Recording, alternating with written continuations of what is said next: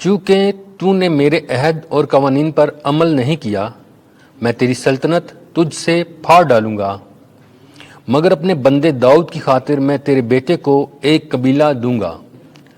ہمارے لیے آج کی پہلی تلاوت ملوک کی کتاب 11واں باب 4 سے 13 آیات مقدسہ۔ ان دنوں میں جب سلیمان بوڑھا ہوا تو اس کی بیویوں نے اس کے دل کو اجنبی معبودوں کی پیروی کی طرف مائل کیا، تو اس کا دل خداوند اپنے خدا کی طرف کامل نہ رہا، جیسا کہ اس کے باپ داؤد کا تھا۔ اور سلیمان نے سیدونیوں کی دیوی اشتارت کی اور بنی امون کے بت ملکوم کی پرستش کی۔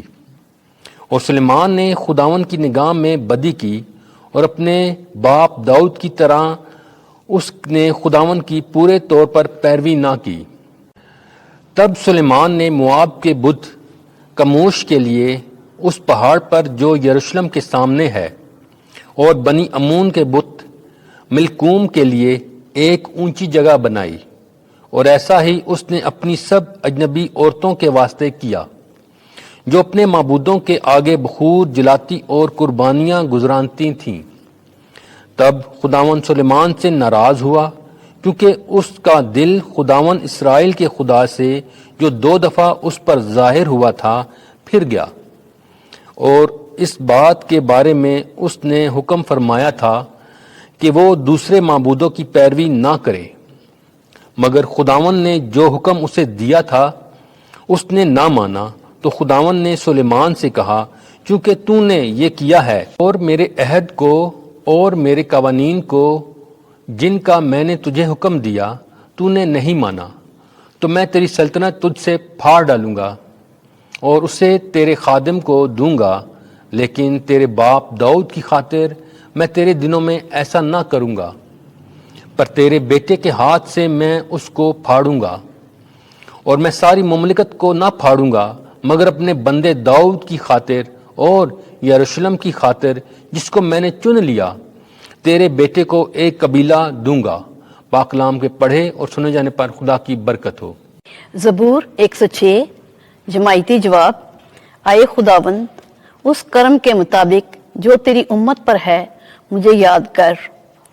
مبارک ہیں وہ جو قواعد پر چلتے ہیں اور ہر وقت صداقت کے کام کرتے ہیں۔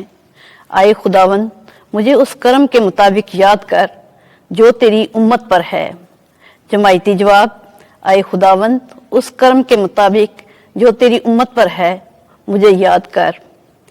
بلکہ وہ غیر قوموں ہی سے مل گئے اور ان کے سے کام سیکھ لیے، انہوں نے ان کے بتوں کی پرستش کی اور یہ ان کے لیے پھندا ٹھہرے۔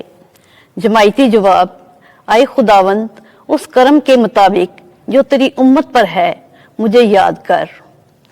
انہوں نے شیاطین کے لیے اپنے بیٹوں اور بیٹیوں کو قربان کیا، تب خداوند کا غضب اس کی امت پر بھڑکا اور اسے اپنی میراث سے کراہت آئی۔ جماعتی جواب۔ آئے خداوند، اس کرم کے مطابق جو تیری امت پر ہے مجھے یاد کر۔ خداوند آپ کے ساتھ ہو۔ انجیل مقدس مرکز کے مطابق اے خداوند تیری تمجید ہو۔ 7واں باب 24 سے 30 آیت۔ پلے بھی میز کے نیچے بچوں کی روٹی کے ٹکڑے کھاتے ہیں۔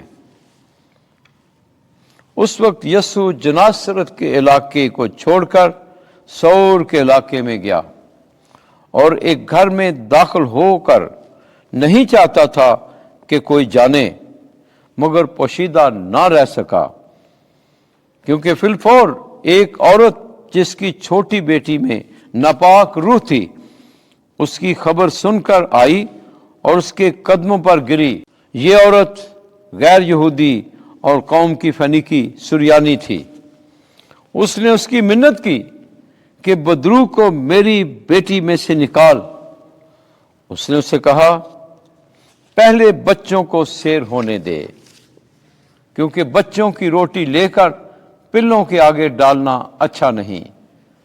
اس پر اس نے جواب میں اس سے کہا، ہاں اے خداوند، کیونکہ پلے بھی